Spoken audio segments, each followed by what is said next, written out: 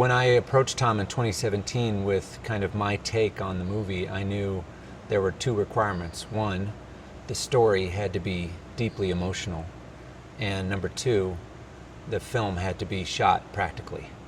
So I knew those were two essential elements to Tom, and that's what we're doing.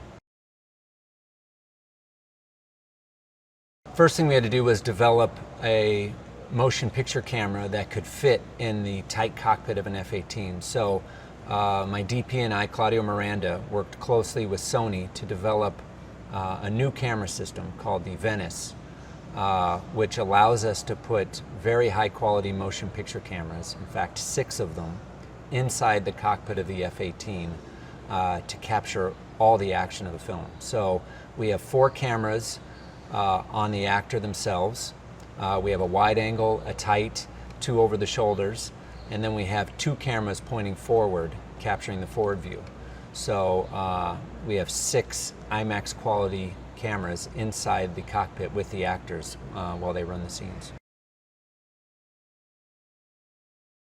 The second thing we had to do was get the cast trained to actually be in a Navy airplane. So they had to go through the Navy training course to be qualified to sit in an F-18, be prepared to eject, to deploy a parachute, to swim in the ocean if they happen to land in there. So they had to go through all that training. Then Tom created a training program for them that took them from Cessnas, which is kind of a small propeller-driven aircraft, into an aerobatic airplane called an Extra 300, into an L-39, which is a small jet, aerobatic jet, and then eventually getting them into F-18s, because they need to have the physical stamina to endure the intense forces on their body while doing some of these maneuvers. This film is a culmination of all of his experience from Top Gun through all the Mission Impossibles. Everything he's learned in making action films for 3 decades has kind of culminated in the making of this film. First of all, we're capturing it in a way that no film has ever done before. We are working with the greatest pilots in the world, Top Gun pilots, to actually fly these sequences for us. We've spent hours. I've spent hours with these pilots going through the choreography of every scene to make sure that it's technically accurate. Very exciting. We're using tools that no one's used before, including a fighter jet that has a camera mounted on the nose of it to shoot our air-to-air sequences. We're using very high-tech tools, but we're using them in a kind of old-school way. There's no way we could have made this film without the participation of the U.S. Navy. They've been an amazing partner on this film. We've been able to integrate our scenes into their training program so that while they're training the pilots, we're also getting shots for our film. So the partnership has been incredible. We've gotten to go to places that no one's ever seen before, bases that have never been shot on film or people have not even been able to see. We've gone to Whidbey Island, Lemoore Naval Air Station, Fallon, here where we are right now, China Lake, North Island.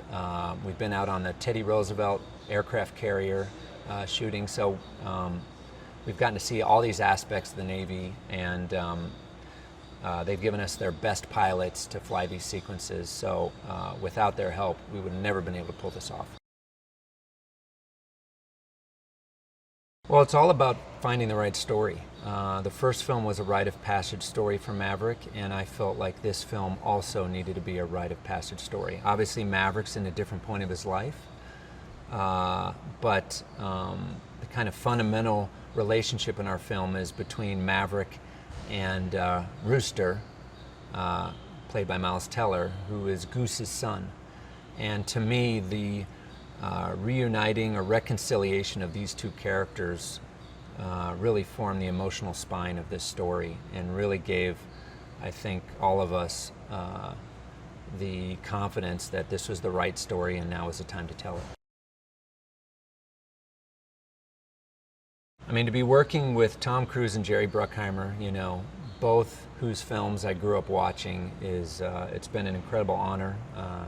I learned so much from both of them every day on set. Couldn't ask for better partners on a film, especially this one. It's been an amazing experience, and I feel very lucky.